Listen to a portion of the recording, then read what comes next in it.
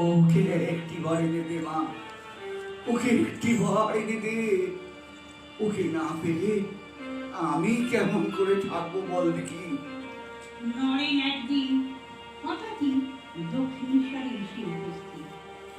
তাকে দেখে রামকৃষ্ণ শুধু কাঁদছেন আর ও বিস্মিত স্নেহস্বরে বলছেন, এতদিন কোথায় ছিলি রে? এতদিন পর বুঝি আসতে হয়? তোর মতো কামিনী কাঞ্চন ত্যাগী শুদ্ধ ভক্ত না পেলে পৃথিবীতে আমি থাকি কেমন করে বল দেখি। কি কোন পাগলের পাল্লায় পড়লু? দেখি ওকে একটু বাজিয়ে।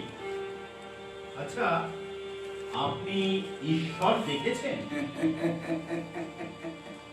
হ্যাঁ রে হ্যাঁ, তিনি যে সর্ববিশ্বব্যাপিনী রে।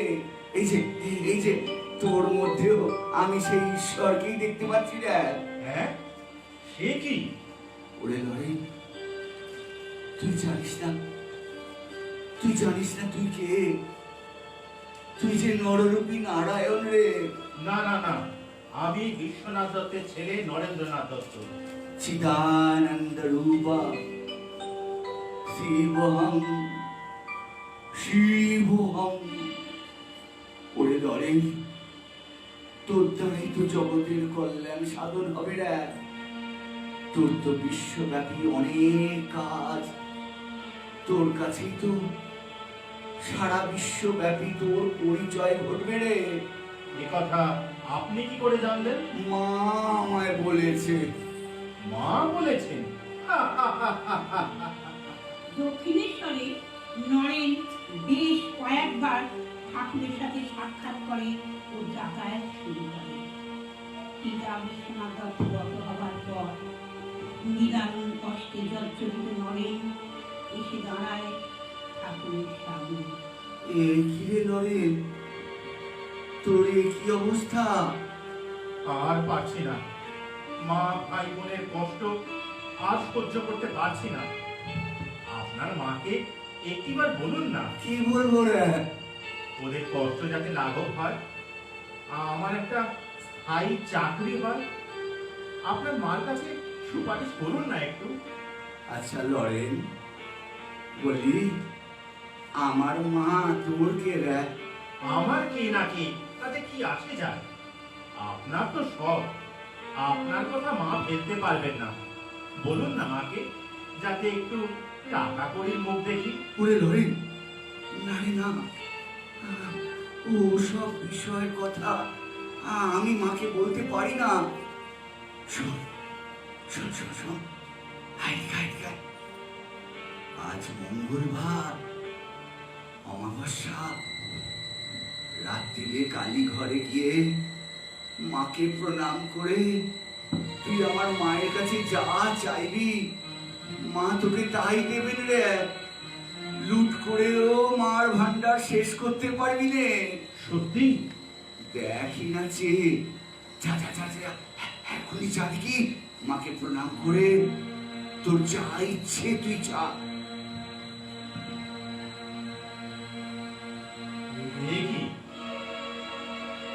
মারে কি অপরূপ মূর্তি! এ আমি কি দেখছি? মা তো মৃন্ময়ী নয়, প্রাণবন্ত, চিন্ময়, জীবন্ত। মা, মা গো, জ্ঞান দাও, ভক্তি দাও, বৈরাগ্য দাও মা। কি রে, চাইলি টাকা করি? কি আশ্চর্য, সবচেয়ে ভুল হয়ে গেল। কি বলে এখন? সব ভুল হয়ে গেল? যা যা যা যা, ফের যাবি কি? বলবি মা, অমা, আমার চাকরি দাও, আমাকে একটু আরাম দাও। আবার যাব? আরে হ্যাঁ, যাবি বই কি। ওরে মা যে আমার বিশ্ব জননী, সন্তানের কষ্ট কি মা দেখতে পারে রে? একবার নয়, দুবার নয়, 3 বার পাঠালেন নরেনকে মা ভক্তারিণীর কাছে। কিন্তু নরেন কোনো জাগতিক চাওয়ার কথা মুখেই আনতে পারল না। শেষে ঠাকুর নরেনকে আশ্বস্ত করে বললেন, কি রে, এবারে ঠিক করে তুই চেয়েছিস তো? চাইতে যে লজ্জা করলো। এবারেও পারলি নে? যা যা যা, মা আমায় বলে দিয়েছেন তোদের মোটা ভাত কাপড়ে আর অভাব হবে নে। আমাকে আমাকে মায়ের একটা গান শিখিয়ে দিন না।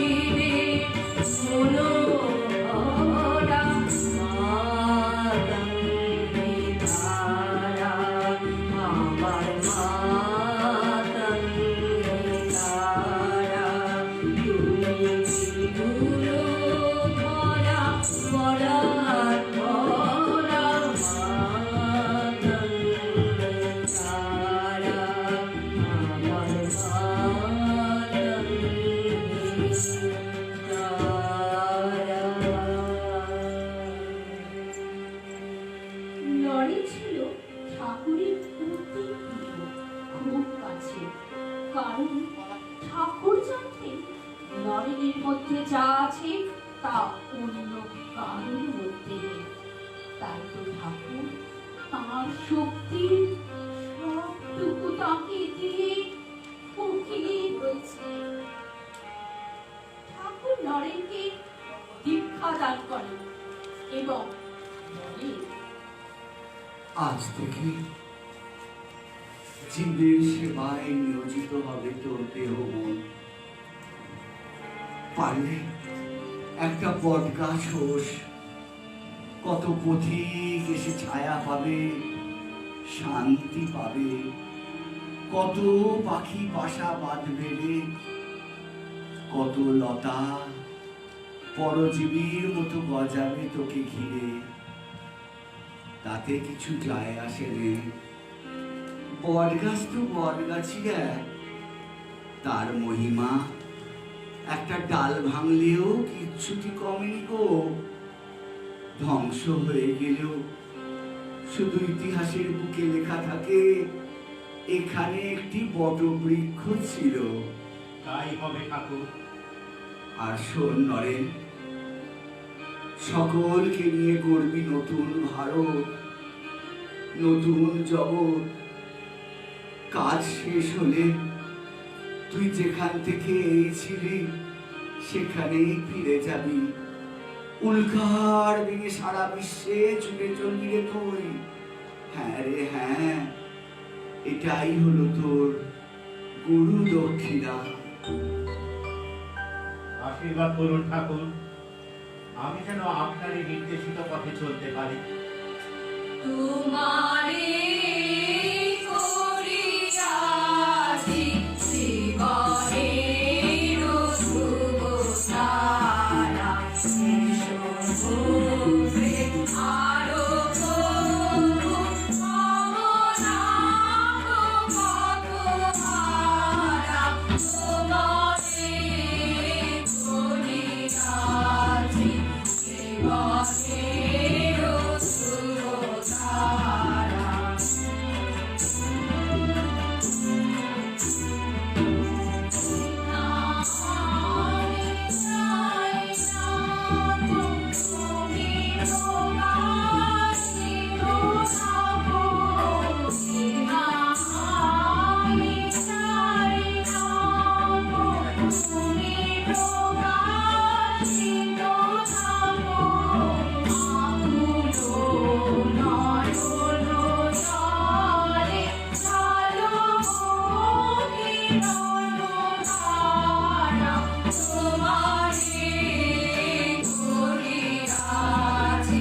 জীবনের শুভ সারা।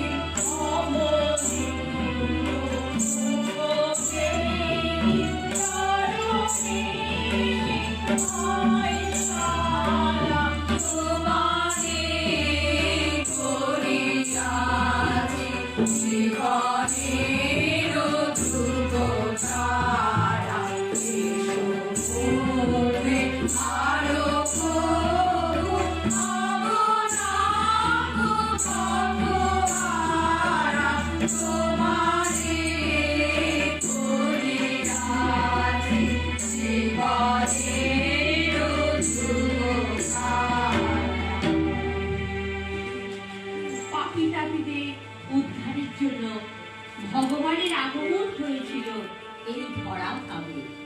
তৎকালীন সমাজে পাপিকাপী মানুষের মধ্যে গণ্য হতেন নাট্যকার গিরিশ চন্দ্র ঘোষ। নাট্যাচার্য হওয়ার সুনামের পাশাপাশি দুর্নামও ছিল তার যথেষ্ট। গিরিশের কথা ঠাকুরের কাছে পৌঁছতে ঠাকুর মনে মনে গিরিশকে টানতে থাকেন। এই আকর্ষণ গিরিশ শত অবজ্ঞা সত্ত্বেও উপেক্ষা করতে পারেননি। একদিন দক্ষিণেশ্বরে ঠাকুর এক মনে চিন্তায় মগ্ন। হঠাৎই কিসের স্পর্শে তাকিয়ে দেখেন গিরিশ সাষ্টাঙ্গে তার চরণ তলে লুটিয়ে আছে। কে যেন এক প্রকার আত্মসমর্পণ। উনি উনি গিরিশ এইছিস, গিরিশ এইছিস, আয় আয় আয় আয় আয়, তোর কথাই ভাবছিলুম এতক্ষণ। বস বস বস বস বস। আপনি তো জানেন কত বড় পাপী আমি, যেখানে বসি 7 হাত মাটি পাপের ভারে তলিয়ে যায়। আমি যে পাপের পাহাড় করেছি। ও তো তুলোর পাহাড়ে, একবার মা বলে ফুঁ দিবি তো সব উড়ে যাবে রে। শোন, শুধু সকাল বিকেল একবার করে মায়ের নাম করবি। আগে বহুদিন তো সকালের সঙ্গে দেখাই হয় না, ঘুম ভাঙতে ভাঙতেই দুপুর। বেশ তো, বিকেলে করবি। বিকেলে যেখানে কাটে সেখানে তো এক মোহনিদ্রা। বেশ, খাবার আগে একটু করিস। আমার যে খাবারের ঠিক ঠিকানাই নেই, ঘুমাই করে খাই যখন ইচ্ছে হয়। বেশ তো, শোবার আগে নয় করবি। ভালো সময় বের করেছো। ওটাতে আমার ঘুম, ওটা তো আমার বিশ্রাম। বেশ বেশ, তোকে আর কিছু করতে হবে না। দে শালাতে, তুই আমায় বকল মাদে, তোরই হয়ে আমি নাম জপ করবো। আমি কি হরি হরি কাউকে চিনি? চিনি তোমাকেই বকল মাদিলাম। তুমি আমার পাপ নাম, পুণ্য নাম, জ্ঞান নাম, ভক্তি নাম, শুধু তোমাকে দাও ঠাকুর, শুধু তোমাকে দাও। আমি জপি রাম কৃষ্ণ নাম, গুরু বুঝিতে, গুরু বুঝিতে। আমি জপি রাম কৃষ্ণ নাম, গুরু বুঝিতে, গুরু বুঝিতে। চরণদার হৃদে রাখি, চরণদার হৃদে রাখি, বিকল বাজারে গুরু বুঝিতে। আমি জপি রাম কৃষ্ণ নাম, গুরু বুঝিতে, গুরু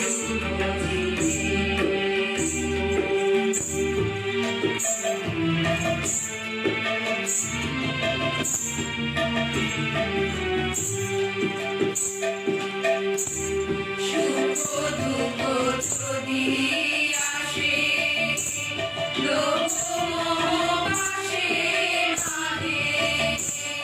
সুখ দুঃখ যদি আসে, লোক মোহবাসে বাঁধে। ধরি আমি নবী ওরে, ধরি আমি নবী ওরে, ভজি গুরুদেব, গুরু বুঝিতে। আমি জপি রাম কৃষ্ণ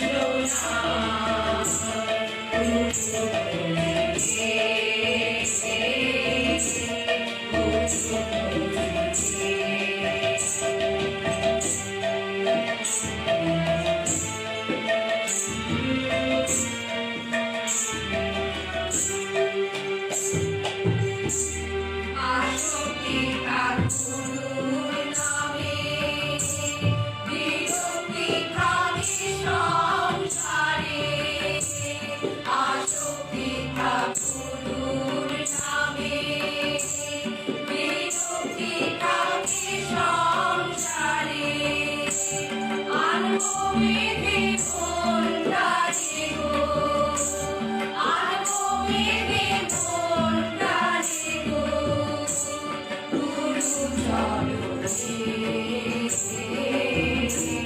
গুরু ভজিতে আমি ছুটি রাম কৃষ্ণ নাম, গুরু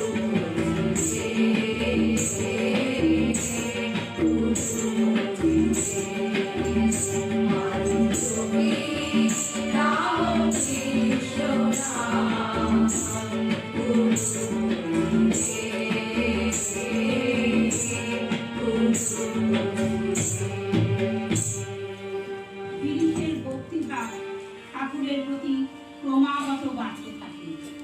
এই ভক্তিভাবের প্রকাশ পাওয়া যায় নরেনের সাথে গিরিশের একান্ত আলাপচারিতায়। ঠাকুর, নরেনের তো একটা হিল্লে করে দিলে, আমার কি হবে? হবে হবে, তোরও হবে রে। তোর যে অগাধ বিশ্বাস। সেই বিশ্বাসেই মিলিবে কৃষ্ণ। হয়তো তাই নরেন, নইলে তো আজকাল কলমই ধরি না, মুখে মুখে বলি আর অবিনাশ গাঙ্গুলি লিখে যায়। তাহলেই বোঝো সেই ভাব ভাষা কে যোগাচ্ছে। শুধু লেখার আগে ঠাকুরকে স্মরণ করি, তারপর সব জলের মতন বেরিয়ে আসে। জলের তুলনাটা ঠিক হলো না দিছি। ওকে বলে ভাবের ফোয়ারা। তুই তো পাকা ডুবুর রে, যতই ডুব দিবি ততই মনে মুক্ত উঠবে। বলি যা দেবার তোদের দুজনকেই তো আমি দিয়েছি রে, তুই আর লরেন। আমায় আমায় সেই আশীর্বাদ করুন, যাতে অভিনয় করতে করতেই রঙ্গমঞ্চই আমার শেষ সজ্জা হয়। ঠাকুর, অন্তে দিও পদে স্থান, রামকৃষ্ণ ভগবান, শেষ করো ত্রিতাপের জ্বালা, সমাজের ঘৃণ্য যারা, সুখী হোক সবে তারা, পূত হোক বঙ্গ রঙ্গশালা। কেন শঙ্খ চক্র গদা পদ্ম দুর্গাও, কেন